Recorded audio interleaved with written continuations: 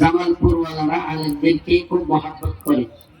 জামালপুরের মানুষ ইসলাম প্রিয় এবং প্রত্যেকটা ওয়াজ মাহফিলে অনেক মানুষ হয়। এটা সারা বাংলাদেশের মধ্যে আমি একেবারে চিহ্নিত করে বলতে পারি। জামালপুরের মানুষ, এই এই যুবকরা, এই ভাই, কেউ কাউকে বসতে বলার দরকার নাই, নিজে নিজে চুপ থাকি। জামালপুরের মানুষ আলেমদেরকে ভালোবাসে এবং জামালপুরে মাহফিল হইলে অনেক শ্রোতা হয়, এটা সবাই জানে। কিন্তু আস্তে করে কিছু বিষয় আছে যেগুলো আমি আমি আমার চোখে পড়লে আমি ধরাই দেওয়ার চেষ্টা করি।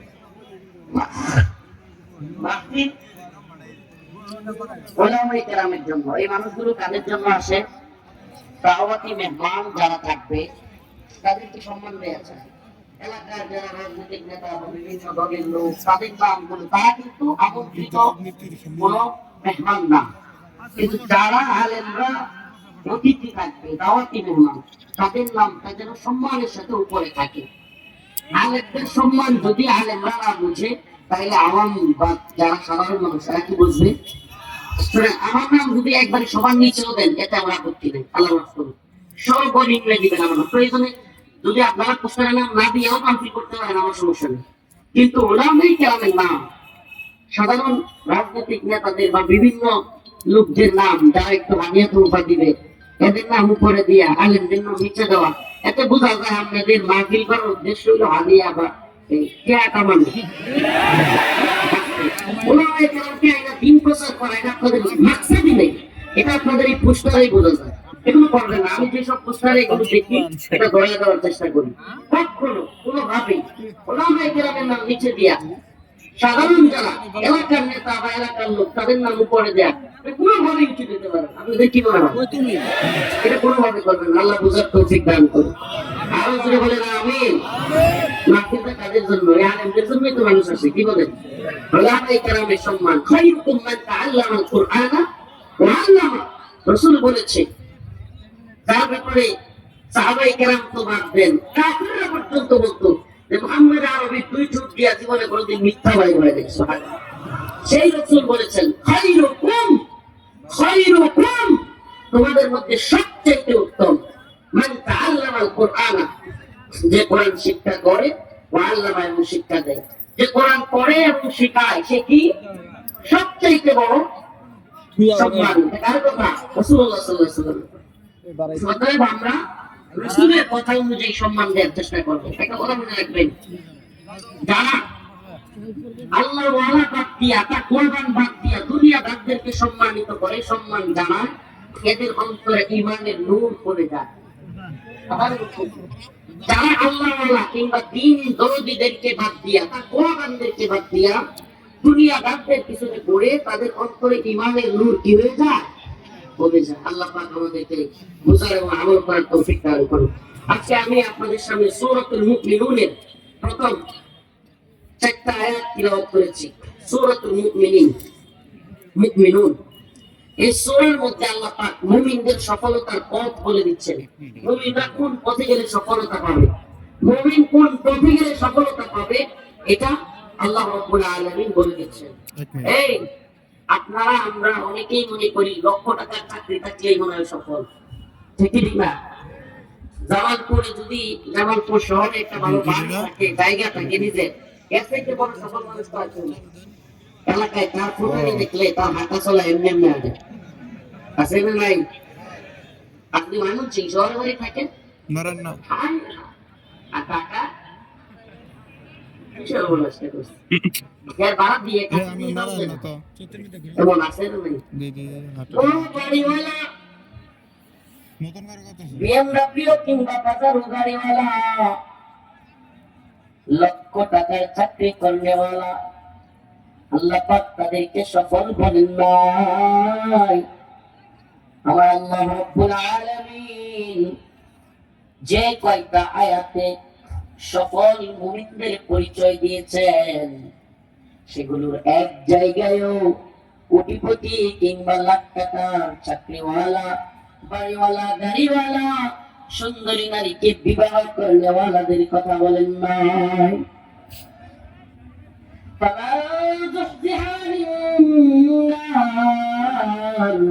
وأدخل الجنة فقد فاز وما الحياة الدنيا إلا متاع الغرور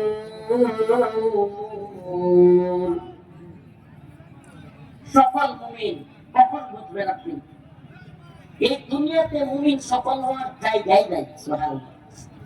আল্লাহ বলেন মুমিন সফল, এটা কখন বোঝা যাবে? মুমিন যখন কবরে চলে যাবে, তার বিচার হবে, তারপরে তাদের মধ্যে যারা তাদের জাহান্নামের আগুন থেকে মুক্তি পাবে, ওয়াউদখিলাল জান্নাহ এবং জান্নাতে প্রবেশ করবে, সেই হলো সফল মুমিন। সুবহানাল্লাহ। সেই কি?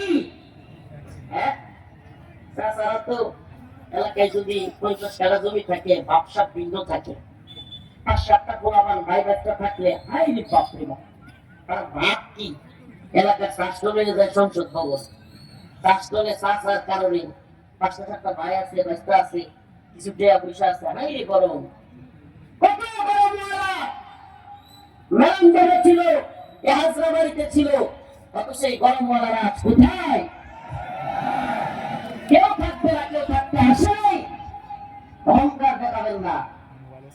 আওয়ামী লীগ দেখাইছিল, হাসিনা দেখাইছিল, আল্লাহ পাক এদেরকে এমন পতন ঘটাইছে, এই জালেমদেরকে আল্লাহ এমন লঞ্চিত করছে যে এখন দেশ থেকে পালাইতে বাধ্য হয়েছে।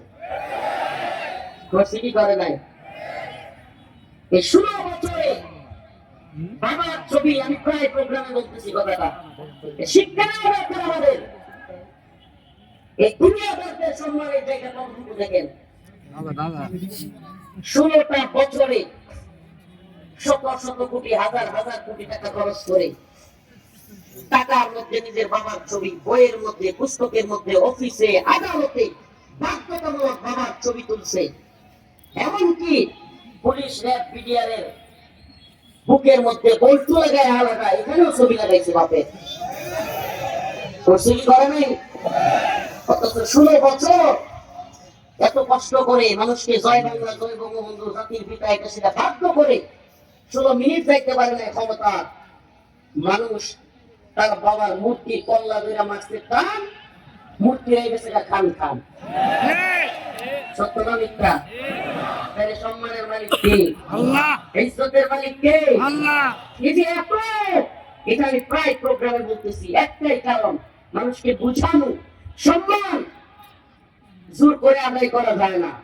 আমাদের এলাকায় আওয়ামী লীগের এমপি ছিল, আওয়ামী লীগের এমপি, তার নাম প্রধান অতিথি না দিলে এবং উপরে না দিলে মাহফিল করতে দিত না। বয়সাদ হোসেন বেলাল নেত্রকোনা, আজকে তার অবস্থা শুনলে কি বলবেন? যখন এই যে কিছুদিন আগে নির্বাচন হলো না, মুসুরির নির্বাচন, এই সুরের দল নির্বাচন করছে, আহমদ হোসেন মনোনয়ন নিয়ে আসছে, আর তার কোনো ক্ষমতা নাই, মনোনয়ন আনতে পারে নাই। এর অবস্থা হয়েছে এমন, তার কুলারে নাম হইল অয়ন, তার কুলারে অনেক মানুষ গেছে, সামনে করতেছে, মনোনয়ন দাখিল হয়ে গেছে, মার্কা দিয়ে গেছে, নির্বাচনী প্রচারণা চলতেছে। এই অবস্থায় তার কুলারে কয়, চল আমরা মনোনয়নটা নিয়ে আসবো, মানে পাগল হয়ে গেছে। নির্বাচনের মনোনয়ন দাখিল হয়ে গেছে, মার্কা পেয়ে গেছে, নির্বাচনী প্রচারণা চলতেছে, সে তার কুলারে কি কয়, চল আমরা মনোনয়নটা নিয়ে আমো। এমন হয়েছে, পাগল হয়ে গেছে, পুরো পাগল, থেকে বেরোয় না, পাগল হয়ে গেছে। এখন আবার দেখলাম যে কয়েকদিন আগে তার নামে, আগে অনেক আগে একটা খুনের কারিন্দন ছিল, এই খুনের আসামি করে তার নামে মামলা। আহমদ হোসেন সে তো ভিতরে আছে। এই যে লাঞ্ছনা, এই যে লাঞ্ছনা বলে জিন্দেগি, ক্ষমতার তালা বদলে এই রাজনৈতিক নেতাদের এত পরিমাণে ছবি, বাবার ভাস্কর্য, মূর্তি, টাকার মধ্যে সব জায়গায় শেষে কিছুই থাকে না, কিছুই থাকে না। এই জন্য আমরা সফল, আমরা রসুলকে ভালোবাসি, আমরা নবীউল্লাহ, আমরা কোরআন পড়ি, আমরা আল্লাহর মতো চলি। আর যারা আল্লাহর পথে চলবে, আল্লাহর কথা মানবে, কোরআনের কথা মানবে, এই দুনিয়াও তাদের জন্য সফলতা, আখিরাতেও সফলতা। দুনিয়ার সফলতাটা কি একটু বলবো? কোটি টাকা মালিক, বিশাল বড় আলিশান বাড়ি গাড়ি, অভাব নাই, অথচ তাই একটু খোঁজ নিয়ে দেখে মন করে শান্তি নেই। বউ তার কথা শুনে না, বাচ্চা তার কথা শুনে না, কি একটা পেরেশানির মধ্যে, অর্থনৈতিক পেরেশানি, অভাব নাই, কত ধরনের ঝামেলায় জড়ে আছে। রাতের বেলায় ট্যাবলেট খায়ও ঘুমাইতে পারে না। খবর নিয়ে দেখেন না, রাতের বেলা ট্যাবলেট খেয়েও কি করতে পারে না, ঘুমাইতে পারে না। অথচ আমার রিক্সাওয়ালা ভাই আল্লাহ বাপনা আল্লাহ একটা যা খায় তো বলি এক টুরি খা, আর বোমা ট্যাঙ্গার উপরে ভালায় আর রিক্সার মধ্যে দেখো সুবহানাল্লাহ। ঠিকই ঠিক না? শুনে রাখেন, আল্লাহ বলেন ইয়া আইয়ুহান নাস ইন্না খালাকনাকুম মিন যাকারিন ওয়া উনসা ওয়া জাআলনাকুম শুউবান ওয়া ক্বাবাইলা লিতাআরাফু ইন্না আকরামাকুম ইনদাল্লাহি আতকাকুম। হে মানুষ, আমি তোমাদেরকে একটা নারী এবং একটা পুরুষ থেকে বানিয়েছি, বিভিন্ন দলে বিভিন্ন গোত্রে তোমাদেরকে পাঠিয়েছি। কেউ চাইনিজ, কেউ রাশিয়ান, কেউ জাপানি, কেউ ইন্ডিয়ান, কেউ আফ্রিকান, কেউ ইউরোপের, কেউ বাঙালি, কেউ মায়ানমারের, এরকম বিভিন্ন গোত্রে তোমাদের কাউকে কালো, কাউকে সাদা, কাউকে লম্বা, কাউকে পেটে, কাউকে মোটা, কাউকে চিকন, এরকম ভাবে বানাইছি। কিন্তু মনে রাখবা, এগুলোর একটাও তোমরা কে কোটিপতি, কে লম্বা, কে মোটা, কে আফ্রিকান, কে নাইজেরিয়ান, কে ইউরোপিয়ান, আমেরিকান, কে লাল লাল চামড়া, কে সাদা চামড়া, আমি আল্লাহর কাছে এগুলোর একটা সম্মানের মাপকাঠি নয়। আমি আল্লাহর কাছে সম্মানিত হওয়ার একমাত্র মাপকাঠি হলো ইন্না আকরামাকুম ইনদাল্লাহি আতকাকুম। যে আল্লাহকে যত বেশি ভয় করবে, আল্লাহর কাছে সে তত বেশি সম্মানিত হবে। সে কি হবে? কোটিপতি, বড় নেতা, বড় মুফতি, বড় বক্তা, সাইকুল হাদিস, কিন্তু দুনিয়া পেট আর পকেটের দাঙ্গা করে। এই ব্যক্তির চাইতে একটা রিক্সাওয়ালা, দিন মজুর, দিন আনে দিন খায়, এই ব্যক্তি যদি নামাজ পড়ে, তাকে অবলম্বন করে, বউকে পর্দায় রাখে, হালাল হারাম বুঝে চলে, তার মর্যাদা ওই বক্তা, ওই মুফতি, ওই সাইকুল হাদিস, ওই নেতার চাইতে আল্লাহর কাছে অনেক বেশি। সুবহানাল্লাহ। তাহলে হিরোমান্যতার কোনো কারণ নাই। তাআল্লুক মা আল্লাহ, আল্লাহর সাথে সম্পর্ক তৈরি করে আসেন। আল্লাহর সাথে সম্পর্ক, এই দুনিয়াদাররা সব জায়গায় চিটিং, সব জায়গায় চিটিং। অনেক দূর থেকে আলেমদেরকে আনবে, লৌকিকতা দেখাবে এলাকায়, আর বিরাট মানুষ হবে, কালেকশন হবে, এই হবে সেই হবে। দিন শেষে কুমিল্লা থেকে এত দূর থেকে হুজুর যায় না, 10 টাকা 20 টাকার খাম বইয়া উপর দিয়ে দিলা 500 টাকা মাইরা হুজুরে দিয়ে দিবে।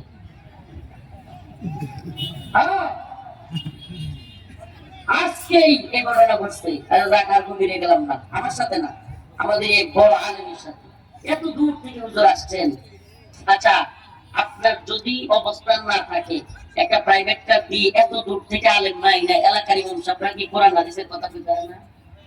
হ্যাঁ, এলাকার হুজুররা কি কোরআন সুন্নাহর কথা কয় না? হ্যাঁ, এলাকার হুজুররা কোরআন সুন্নাহর কথা শুনতে আপনার সমস্যা কি? মাহমুদুল হাসান গুরু বিরে তারপরে প্রোগ্রামে নিয়ে প্যাকেটের ভিতরে বেচারাকে ঠকাইয়া আপনি মনে করবেন আপনি খুব সুখী, আপনি খুব ভালো চিটিংবাজ হইতে পারছেন। আল্লাহর কাছে কিন্তু ধরা খাইতে হবে। আপনার অবস্থান নাই, আপনি একজনকে দূর থেকে কষ্ট করে আনার তো দরকার নাই। আপনার কাজ কি? কোরআন সুন্নাহর কথা শোনা, এলাকার মানুষকে দিন বোঝানো, তাই তো? এলাকার হুজুররা কি কোরআনের কথা কয় না, গীতার বাইরের থেকে কথা কয়? হ্যাঁ, তাইলে আপনাদের উদ্দেশ্য কি থাকে? এই নিয়মটা ঠিক করতে হবে। আসলে আমরা নিয়ম ঠিক করে আজকে তওবা করি, বক্তা, শ্রোতা, কমিটি সবাই তওবা করে আই। রাজি আছেন? রাজি আছেন? বক্তা, শ্রোতা, কমিটি 3 ধরে আজকে তওবা করব, রাজি আছেন? আসেন তওবা করি। কেন তওবা করব জানেন? এদেশে আল্লাহ মাফ করুক আমাদেরকে, অনেক বক্তা আছে, ওয়াজ করা যাদের পেশা, আর অনেক শ্রোতা আসে যাদের ওয়াজ শোনা হয়ে গেছে নেশা। ওয়াজ শোনা কি?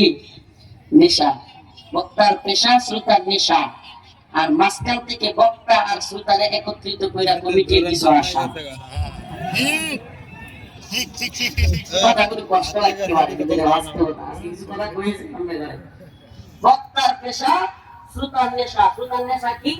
আরে আমি হুজুর আসবে, বাইরের বক্তা পাড়া লাগে আসবে, একটু তাকবীর দিব, আর নাইলে কিছু আসছে পাবলিক, আরে সুরের বক্তা আসবে, সুরের মুস্তানা, আরে এটা বলবা। এই নিয়ত করে আসে, অন্তরে কোরআনের কথা শুনবে, আমল করবে, নিয়তটাই নেই। তার পেশা আর নেশায় দুইটা এক কইরা কমিটির কিছু আশা। আল্লাহ এই তিন শ্রেণীর নিয়ত থেকে আমাদেরকে হেফাজত করে। আরো জোরে বলেন আমিন। কিছু পিতা কথা বললাম আর কি। এই নিয়ত আমার যেমন বক্তার গায়ে আছে, কমিটির গায়ে আছে, শ্রোতার গায়ে আছে। নাহলে এত এত মাহফিল হয়, হাজার হাজার শ্রোতা হয়, ফজরের নামাজও ইমাম আর মুয়াজ্জিন ছাড়া রূপ খুঁজে পাওয়া যায় না। আসলে না? এটা সত্যি। কষ্টের কথা। এই স্রোত যদি ফজরের নামাজে হইতো, এই দেশে মুস্তফা সালমান ফারুকের মতো লোক উপদেশ হইতো। হাসিনার মতো এমন সাইকোপ্যাথ পাগলি 16 বছর শাসন করতে পারতো? কেন? এই হুজুরে বাঙালি দিকে আমরা দিন বুঝি না।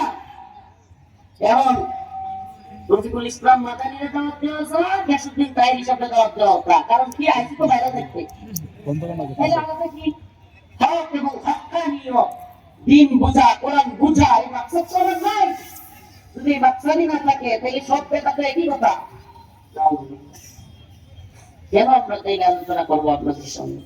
অথচ আল্লাহ পাক মুমিনের সফলতার রাস্তা বলেছেন, প্রথম যে কোনটা মুমিনের বলেছেন, الذين هم في صلاتهم خاشعون। আল্লাহ বলেন সফল তো তারা যারা খুশু খুজুর সাথে নামাজ পড়ে। খুশু খুজু কি? কেমনে সবার পরে তোমরা এটা বুঝবা, এটা বুঝে দেখতে হইব। কেমনে আইনসানি করতে করতে সবার পরে যাওয়া যায়। আর বেরোয়ার সময় সুতা নিয়ে বাড়ি লেখতে লেখতে একটা রূপে বসুন। এইটা আমাদের খুশু খুজু। মসজিদের অবস্থা কি? বিরাট বড় আলিশান টাইলস। আরে আমি অমুক দলের অমুক আহ্বায়ক, আমার বাড়ির মসজিদটা টাইলস না থাকলে হয়? বুঝে নেওয়া সহজ।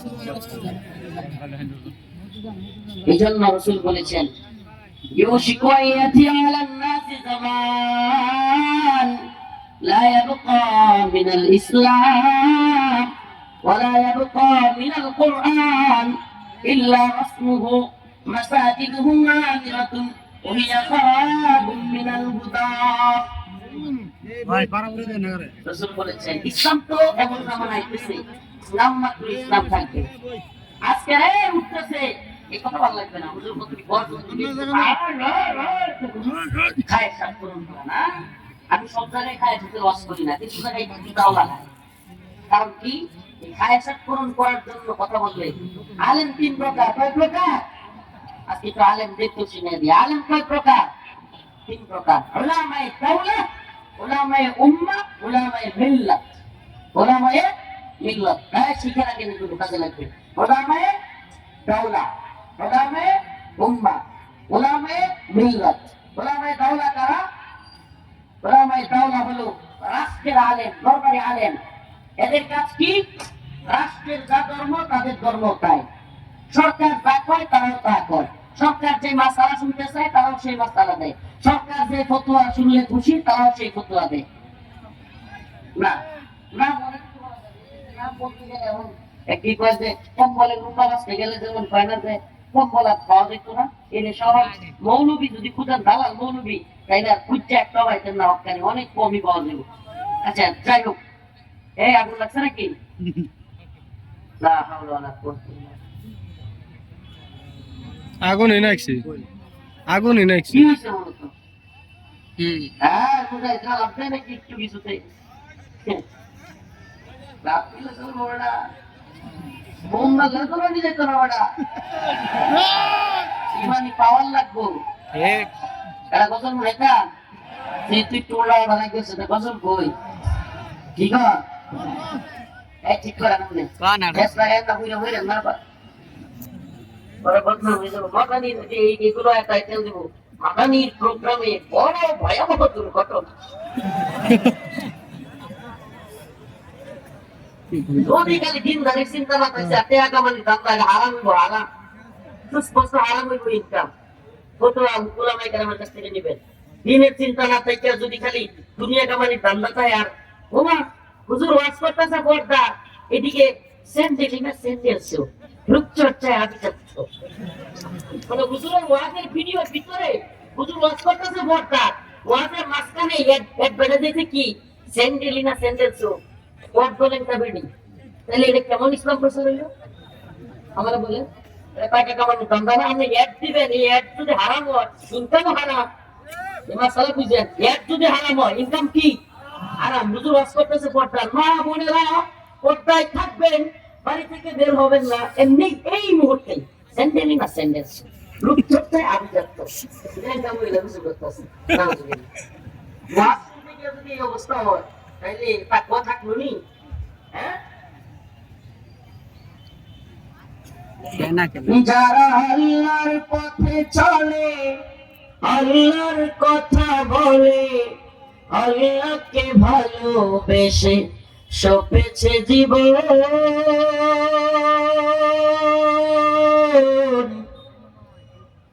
যারা আল্লাহর কথা বলে, আল্লাহর পথে চলে, আল্লাহকে ভালোবেসে সপেছে জীবন।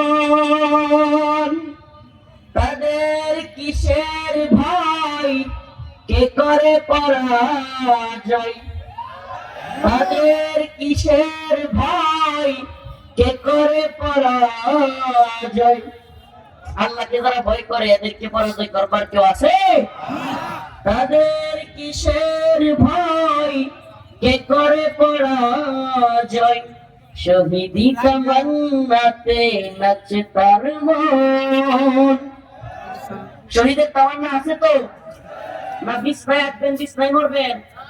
হ্যাঁ, ওই দিন এক লোক ফেসবুকে পোস্ট দেখলাম, লিখছে শুক্রবার দিন, রমাদান মাস, ইফতার অবস্থায়, রোজা অবস্থায়, সিজদারত অবস্থায় আল্লাহ মৃত্যুবরণ, কতই না উত্তম মৃত্যু। সুন্দর লাগে না?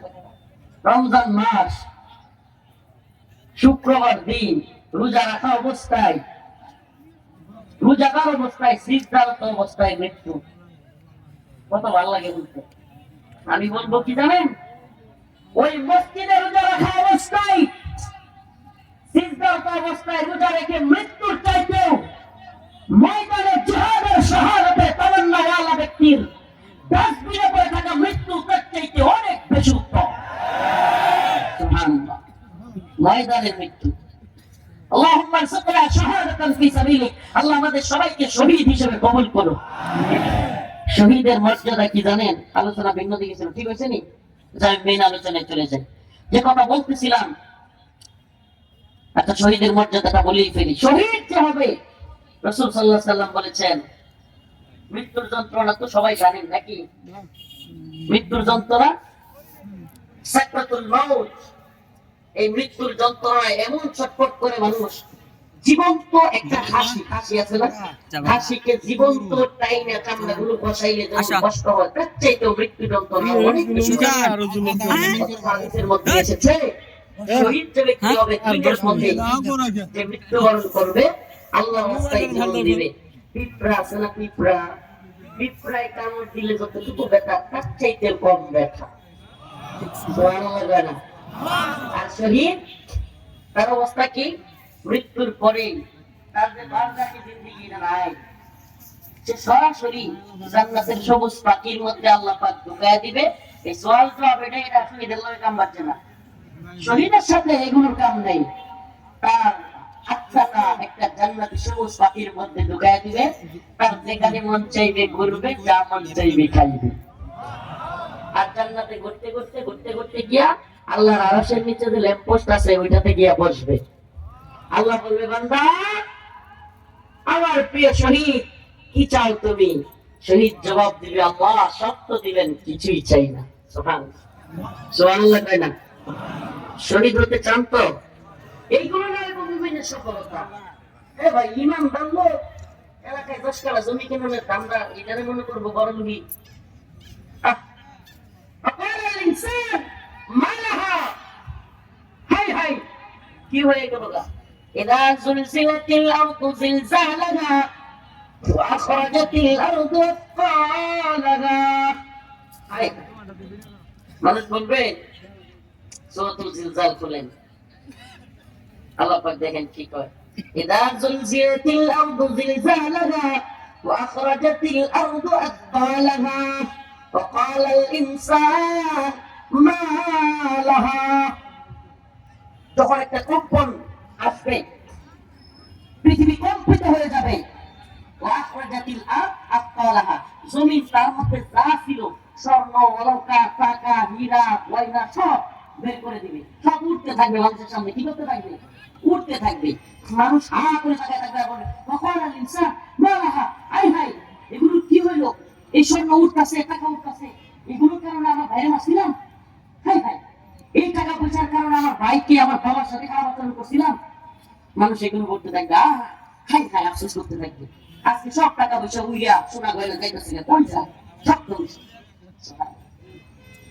এগুলোর পিছনে ধরাইতেছে এগুলোর পিছনে এগুলি কি সফলতা হ্যাঁ দুনিয়ার কোটিপতিরা ঠিক মতো আগেও বলছি খাইতেই পারে না হাই হাই এত টাকা কামাই করছে গোষ্ঠ আমি খেতে পারি না মিষ্টি আমি খেতে পারি না আর কত কিছু দেখাতে পারতাম না কারণ কি রিক্সাওয়ালা যা দেন না সুবহানাল্লাহ এই জন্য আমরা কি দুনিয়া তালাশ করবো নাকি আল্লাহকে তালাশ করবো قد أفلح المؤمنون